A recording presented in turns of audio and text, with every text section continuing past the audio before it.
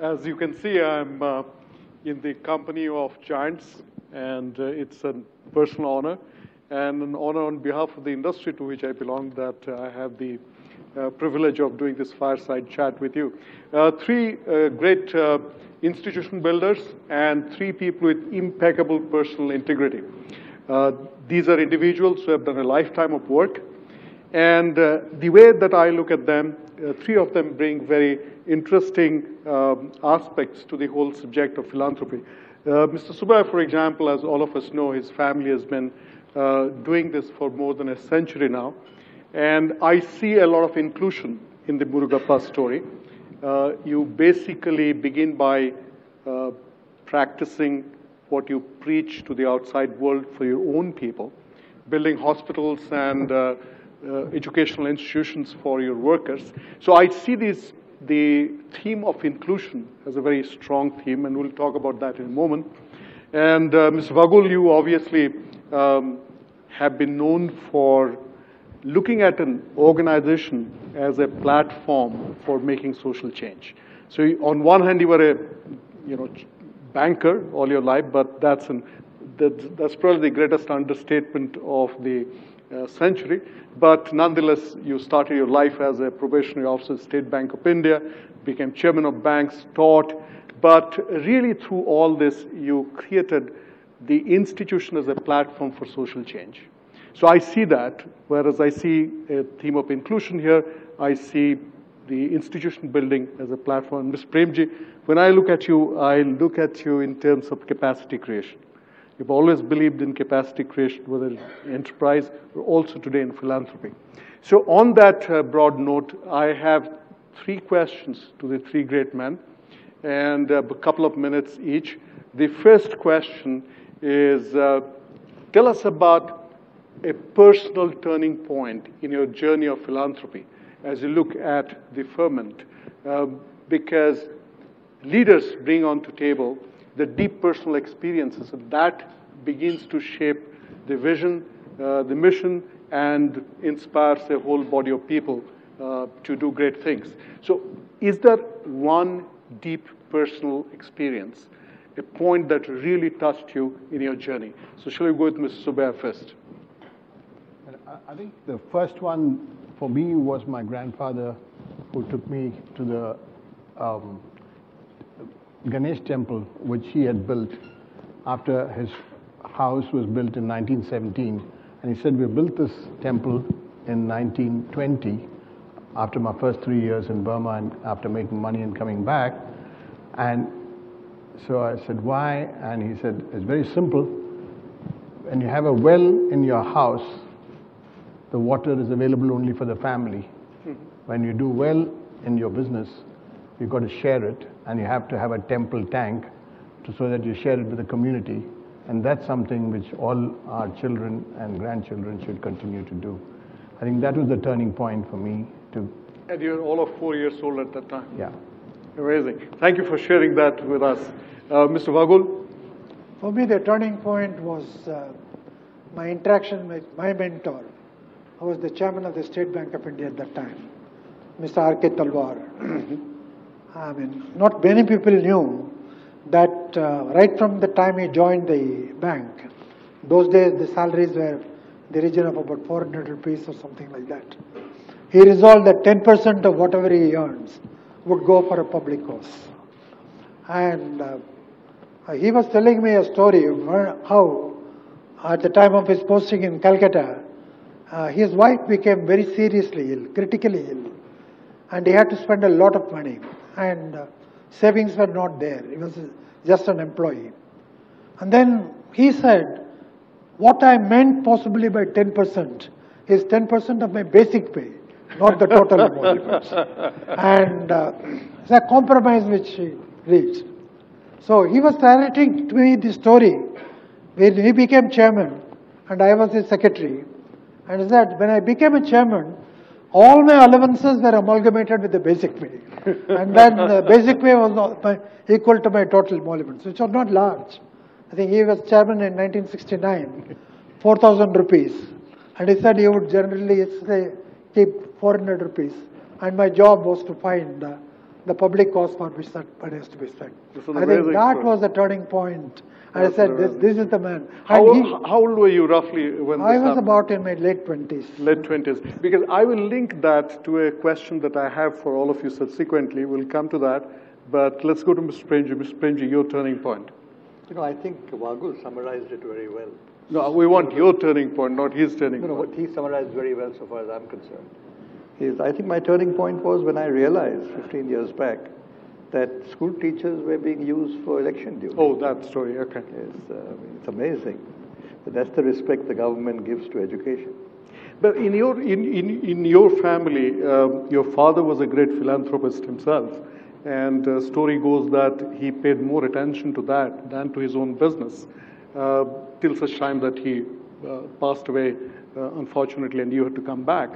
And did you take a long time between coming in, taking the reins of business, and then probably taking on from where he had left, or there is no such connection?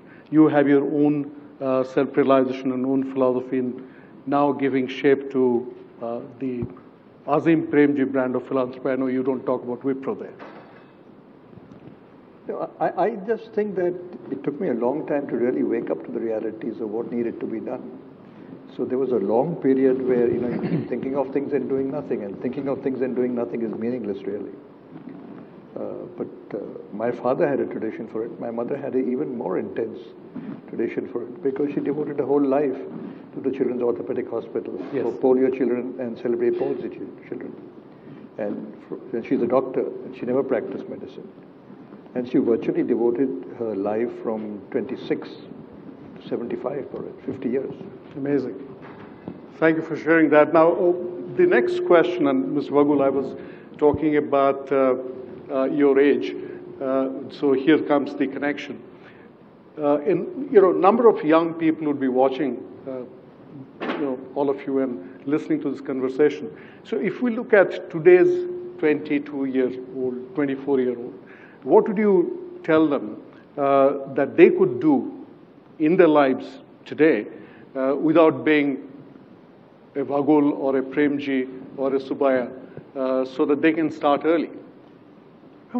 Frankly, I think when I look at the present generation show a much greater degree of passion and commitment to the social causes than what we were capable of at our age. We were interested, but the amount of passion and commitment which I see in the younger generation is amazing. And they are the people who are going to transform this society. I think the transformation of the society, at least, it's a very frank assessment, whether you like it or not, that is not going to come from the government. It is going to come from these youngsters. How are we going to galvanize that energy of these youngsters?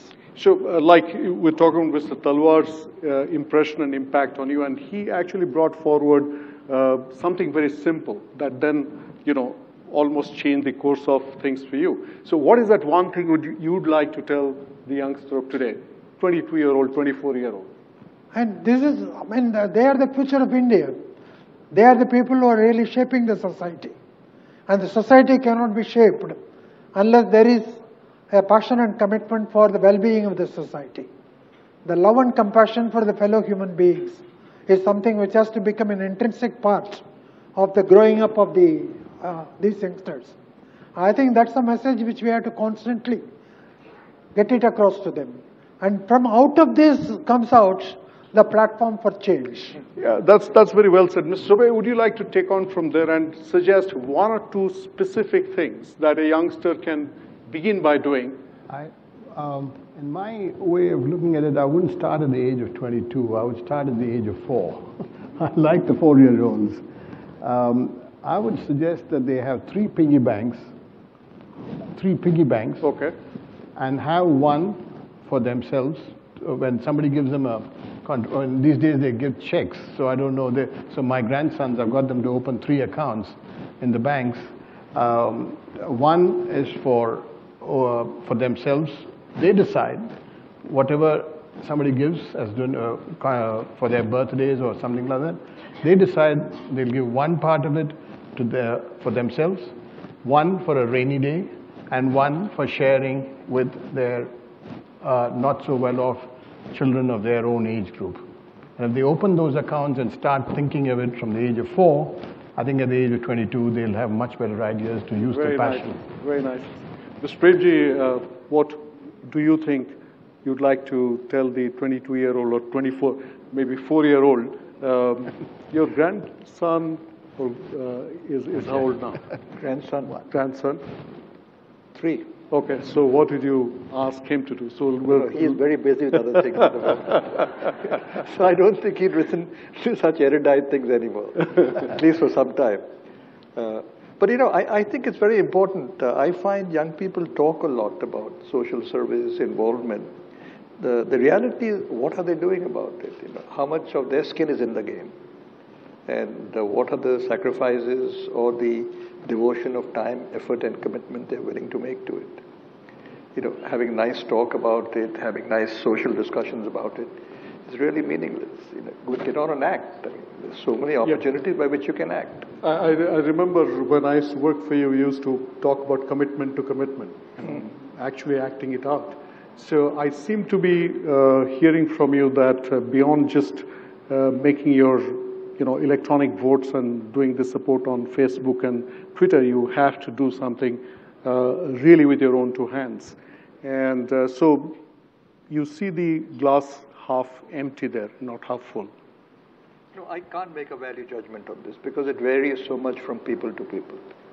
And we've been now working in the field for a long time, and it's amazing some of the sacrifices people make. Absolutely beyond imagination. Ladies who are willing to teach in remote schools, separated 90% of the time from their family and the husbands. So there's a huge degree of commitment. People who have a huge future vis-a-vis their education background, willing to turn completely turtle and take 60-70% cuts in salary and work in social work. So there's a really mixed bag on this. Extraordinary commitment from people. On that point, I do have one question, and I'm sure a lot of listeners and viewers have that, and that is related to the larger socioeconomic context today. On one hand, here is the power of doing good, and on the other hand, all you have to do is to read the morning newspaper tomorrow to really feel deflated. So are you, each one of you, are you candles in the wind?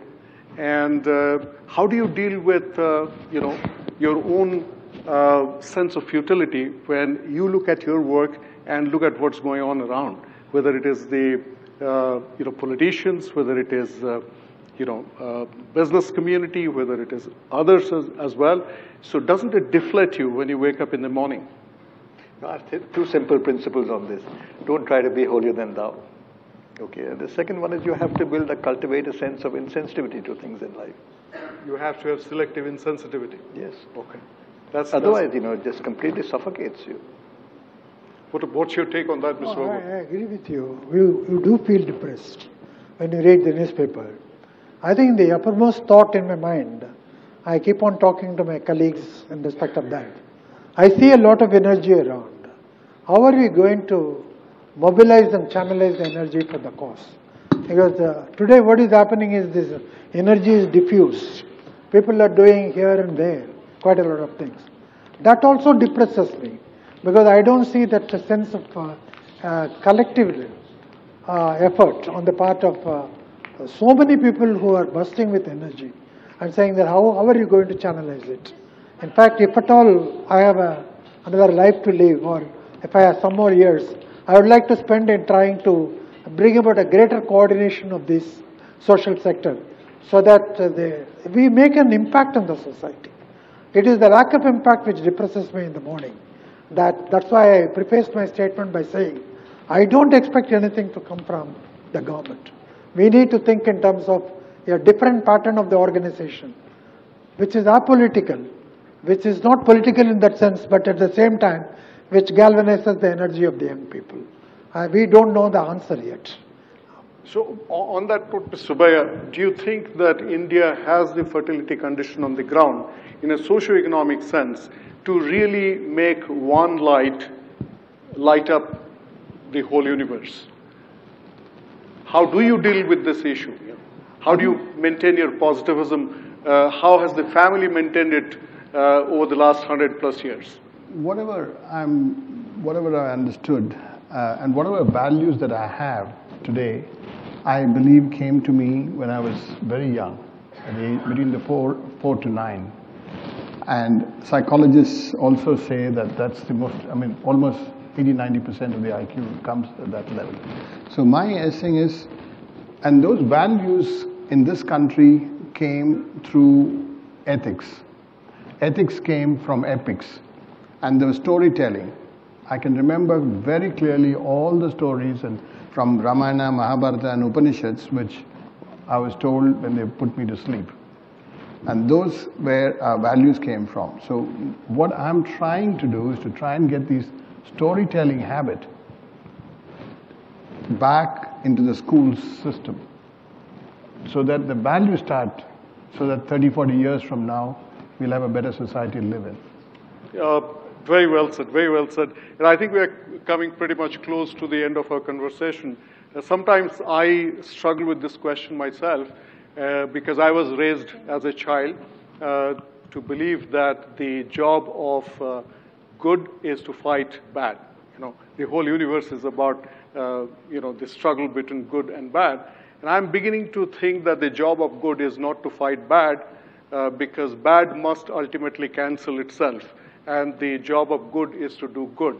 And that's what you people are doing. So on that note, thank you very much, and over to Peter. Thank you, Mr. Bagchi. Could we request you to stay on stage, please? We have a few questions for members of our audience. And if you feel that you would like to chip in at any point, or perhaps an audience member may want to, address something to you, could we ask you to just stay on for a few more minutes, please? The first question I have here is for Kiran Mazumdar-Shaw. My question to you is, you've put together partnerships with, for instance, Dr. Devi Shetty, with the Cornell Weill Medical College. How easy or difficult is it for, for someone who's been used to the world of business to manage these collaborations in the world of philanthropy? First and foremost, I think the kind of partnerships I form are with people who are change makers themselves. And I think basically what I'm trying to do is, how do I work with such people to catalyze even bigger change? I think that's what it is. So I think, for instance, with Dr. Devi Shetty, my partnership with Dr. Devi Shetty was in the field of healthcare. He had built a very commendable, affordable cardiac care model. And my view was that cancer was another area which required to address affordability. So my point was that if I could work, I had a chat with Dr. Devi Shetty and I said, do you think it's possible to build an affordable cancer care model? And he said, well, I'm sure it is. And he said, but I don't have the resources to create a cancer hospital to begin with. And I said, well, that's what I can do for you. But let's work together to create this cancer hospital, which is going to be an affordable cancer care model. But more importantly, I was also very, very passionate about a research-driven medical model. So I said, now, that's something which we need to start in this country. Can I catalyze that as well? So I think you work with people who are catalysts of change themselves, and you are also catalyzing that change by lending support and making sure that you have a sense of purpose. I think at the end of the day, philanthropy is about making a difference, is about giving back to your community, is about bringing out positive change. So you work with people who believe in that. So my collaborations are with people who are making a difference, and I want to work with them to make an even bigger difference. Thank you, ma'am. Bitu, you ready for your question now? Yes, thank you, Peter. My question is for Mr. Pai. Mr. Pai, good evening. You helped set up the Akshay Patra movement, and you also have worked for many years in business. The two worlds are different. You need a lot of patience in philanthropic work. In business, you are expecting quick results. The question is, how do you reconcile these two ends? How do you manage that? Well, in my case, I worked with Madhu Pandit to start the Akshaya Patra Foundation to deliver a midday meal, more to assuage the guilt feeling that I had because I was so very successful. I have done so well. And when I walk on the street, I saw children putting their hands out, children who are hungry, children who don't have food for themselves, women carrying children in the hands with no food. I said I must do something. Then I was reminded of the Chief Minister of Tamil Nadu, M.G. Ramachandran, who started the biggest midday meal program in India and was so successful that women worshipped him for feeding their greatest possession, their child. So I had this guilt complex. So when I met Madhu Pandit, suggested to him, and he asked me to give some money, I did it. And I did not expect anything that I would have expected in business. It was just to assuage my guilt. We started with 1,500 children, went to 30,000, went to 100,000, went to 500,000, went to 1 million. Now we do 1.3 million meals a day across 9,000 schools. So business is very different, and this was very different. And I think this program gave a new meaning to my life. It gave me a new sense of energy, a purpose in my life, and took away the feeling of emptiness that success in business brings you. Because business success means you do well, you make money, you grow, you meet analysts, you talk about success, you travel around the world, and you show very well. But it's the same. There's no happiness.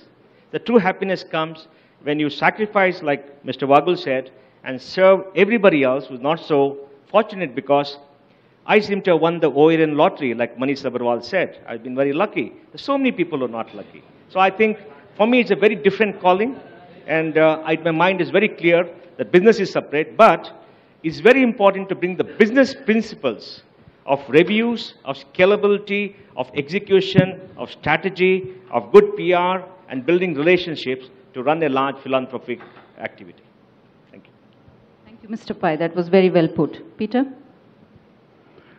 The next person we have a question for is someone who I am reasonably willing to bet everyone in this room would have sampled his beverages up to now, Mr. Siddhartha. You're a first-generation entrepreneur. Do you feel that if you just focused on growing your business, just getting more and more CCDs out there, thereby giving employment to more and more people, changing lives along that way, creating opportunity, would you have been doing your duty just with that? Or do you feel that there is perhaps an expectation that your wealth must be given back in some way to society? See, being from Bangalore, Mr. Premji and Nandan are my role models. See, whatever little bit success we had in business, I think it is incidental. I personally feel we are successful thanks to our society. Society has given us opportunity for the last 25 years. So as a family, we believe a decent portion of our earnings should go for not-for-profit. That's it. Thank you. Neetu? Thank you, Peter. My next question is for Rishad Premji. Hi, Rishad. Hi. Can I request you to stand? Thank you. So Mr. Subbiah was talking about those 3 piggy banks, for 4-year-olds. And Mr. Premji mentioned that you have a 3-year-old. Some time ago, and a 4-year-old. So, great. Some time ago, you were telling me that, you understood from a very young age that, the wealth that your father was earning was to be given away. As a parent, how do you inculcate the same values in your children and in your family? So, can you hear me? Yeah, me too. I don't think there's any magic answer to that, right? I personally feel very strongly that it is the responsibility of those who are privileged to help the non-privileged. So I feel hopefully over time I can inculcate those same values in my children. I feel that I haven't done anything to earn this wealth, so I have no right on it. So I don't feel my children should have any right on it. There's no magic answer. It's about teaching them how lucky they are, about exposing them to the realities of the world that we live in. And the example that Mr. Subbiah shared, he actually shared that with me a few months ago. I don't know if he remembers that. But it was a very telling example. And the point he didn't share in this example was that he said invariably the children distributed a third, a third, a third. So I'm actually going to try it on my my daughter's next birthday when she turns 5 in March, and my son when he turns 4 in June. It'll be a great experiment. So I think it's a great example of just teaching people very early on, even with candy or whatever it is, about distributing that and sharing it. So. Thank you. Aditi, would you like to add a line or two to that? No? Sorry to put you on spot, but yeah, thank you. Thank you. Over to you, Peter. Gentlemen, thank you very much for that wonderful discussion.